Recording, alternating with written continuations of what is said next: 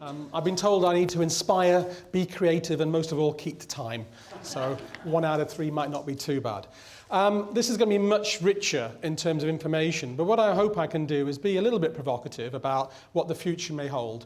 But I think I have to start off with basically looking a little bit to the past, and particularly building upon these ideas, because the recent past has been very volatile indeed, and it might help just to basically explain some of the things that have been going on.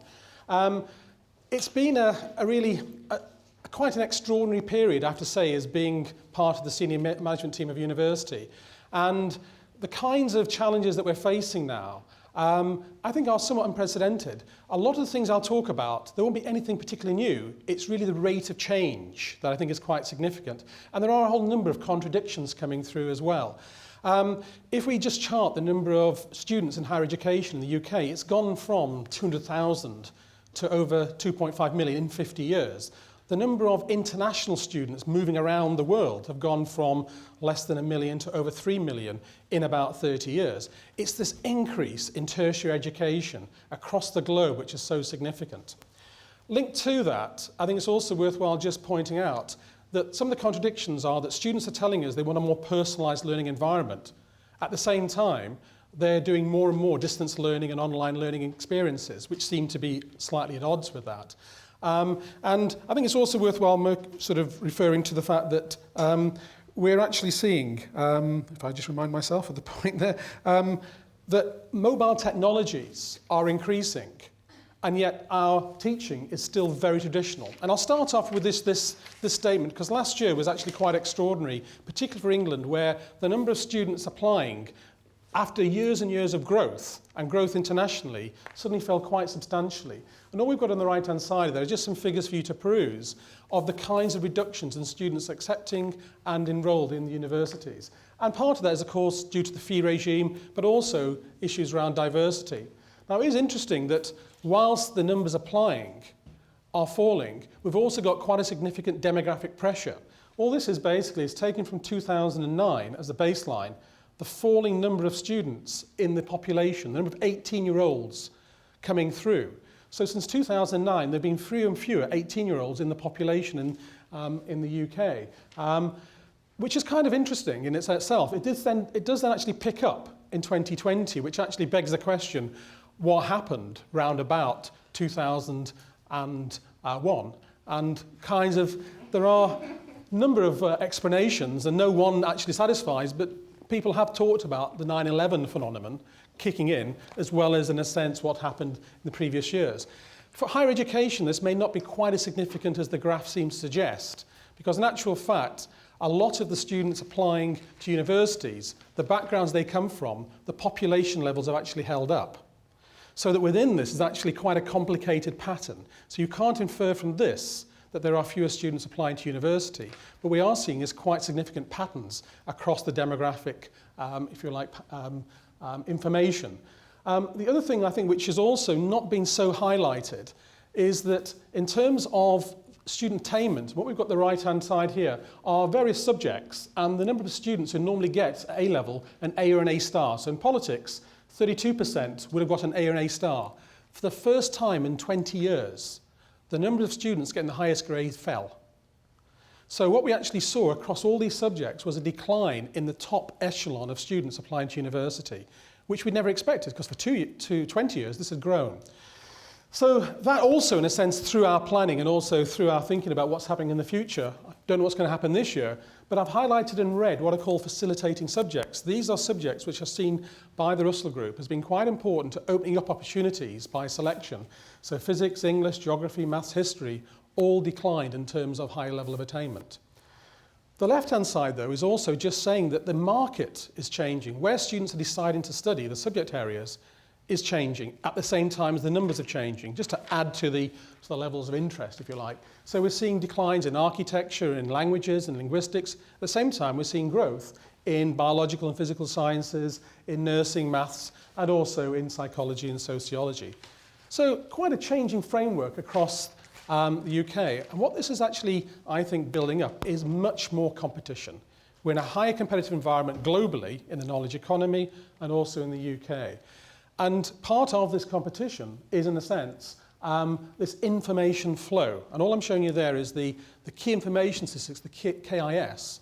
It's that we're actually overwhelming now, I think, people in the room, students, prospective students, their parents, in terms of what you might want to know. So in these data sets, we have things such as your average salary expected, amount of contact time, even the assessment levels. It's a huge volume of information and more league tables. I just put at the bottom there, the Times Higher last week, is quite interesting, that one of the universities in Germany just said enough. We're not going to do this anymore. We're not going to be involved in league tables. I don't think that's an option for most of the higher education sector in the UK. Turning then to one of the key bits of information about what's happening in higher education is student satisfaction. And these are the National Student Statistics, the NSS survey. And I just want to pick out a few elements from this graph. First of all, I think it's worthwhile just noting this final graph here between 2011 and 12 and just saying, in terms of overall student satisfaction, 85% of students on a scale 1 to 5 are ranking 4 or 5. That's a phenomenal result for higher education, I think, in this case in England, that we have such high levels of satisfaction, and it's improving. One thing that isn't improving, or is improving but is still a challenge, is assessment and feedback. And I think one of the issues for higher education going further forward is, what do students want in terms of their feedback? And the answer I'm getting is, they want it to be personalised. They want it to be relevant to them rather than generic. And there's quite a lot of ideas flowing around now about essentially less is more. Less feedback but high quality is really the focus. I think what the slide does show, though, in a sense, is an improving level of student satisfaction. But I think it's worth adding a caveat. Quality is not satisfaction. They're two completely different measures. So this is a measure of satisfaction. It's not necessarily a measure of quality. And we could basically have a discussion over dinner about what that really means. So, turning away from a UK focus, I'd just like to then touch on this internationalisation of education, because if we look to the future, this is really quite critical. And I'm using here information from a report by Joe Beale by the British Council, which you can download. It's a very interesting report. But basically what the British Council are pulling out is the massive growth of the tertiary education sector across the world. And they're picking out countries that you'd imagine, India, China, USA, Indonesia, but also perhaps the ones that you might not have thought about in terms of Turkey, Iran, Malaysia, Saudi Arabia, in terms of more and more students coming into the tertiary sector, and therefore more and more students actually looking to, in a sense, study in different locations. And likewise, student mobility is a key agenda for the UK as well. So we've got growing, in a sense, internationalisation of education, and at the same time, we've got students deciding to stay at home more. So there's a straightforward contradiction. So more students are travelling across the world to study in different locations, different countries. And most recently, we've seen this incredible change. Now, there's an article in Nature about these MOOCs, and apologies if you haven't heard across this, because most of my colleagues are now familiar with it. MOOCs are massive open online courses. Okay? One of the leading areas of MOOCs is a company called Coursera. In February 2012, numbers of courses, 0. Number of students, 0. March 2013, numbers of students registered, 3 million. Staggering. Edinburgh, University of Edinburgh, put, I think, 5 or 6 MOOCs online last year. Numbers of students registered, 300,000. This is phenomenal. Now, it raises issues about a campus-based learning environment. If so many students want to learn online, then do they want to come to university? I'll return to this at the end, but I think one of the, if you like, challenges for us in higher education is, what are the benefits of being in a campus as opposed to, in a sense, learning at home or some other environment? I have to say that I've put in sort of two sort of lists here of both positive and negative about, there's many positives about distance learning and MOOCs, free, most, not always, but free online access. You can learn about a whole variety of different things. On the other hand, there are some concerns, and one of the prime concerns is, first of all, student support. I talked about personalised learning. It's a real challenge to maintain personalised learning in an online environment. One of the other things is that the United States Senate, and this is slightly nebulous, but it's related, is they did an analysis in 2012 about for-profit higher education and found, I think it's like less than half who enrolled left without anything. So the failure rates are phenomenal. And is that acceptable? I mean, in higher education, the Russell Group, if you have retention rates above 5%, then basically that would be quite exceptional. I wanted to sort of just build upon those ideas of the changing higher education landscape and talk about what, in a sense, are students telling us that they want in the future and what are we thinking about. Well, clearly assessment and feedback, as I've already indicated, is a key issue that we need to be concerned about. Employability, as you'd imagine, higher fees is coming through, work experience, and embedding employability into a curriculum is something that I think every university in the land is working very hard on. But I think I wanted to focus on that third point there, which is about students as partners and engaging with students. And I think we all get very frustrated when we use the coin the phrase students as consumers, students as customers, which, in a sense is so hackneyed. I don't think anybody really want to use that. But the trouble with students as partners, it spills out quickly, but what does it really mean?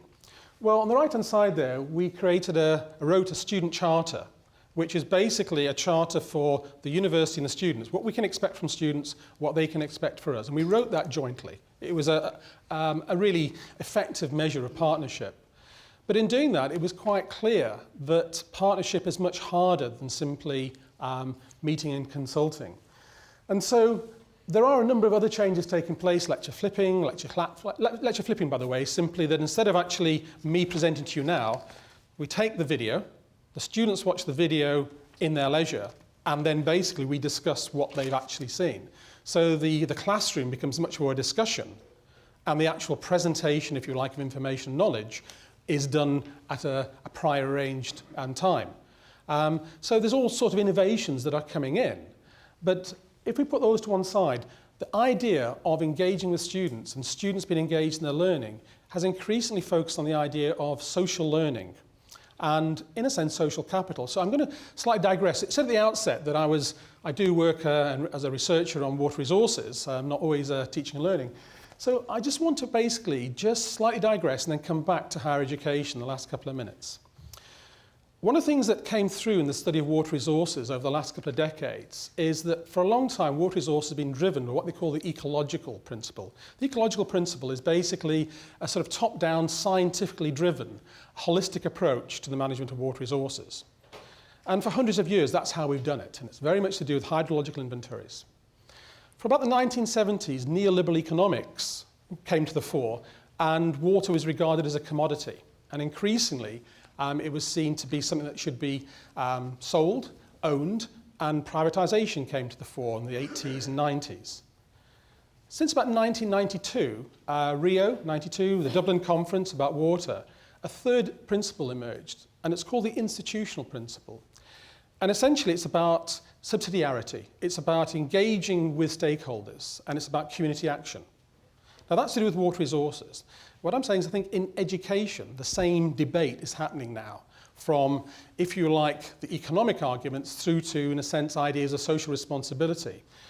This is a graph which I've redrawn from a book publication by Robert Putnam called Bowling Alone.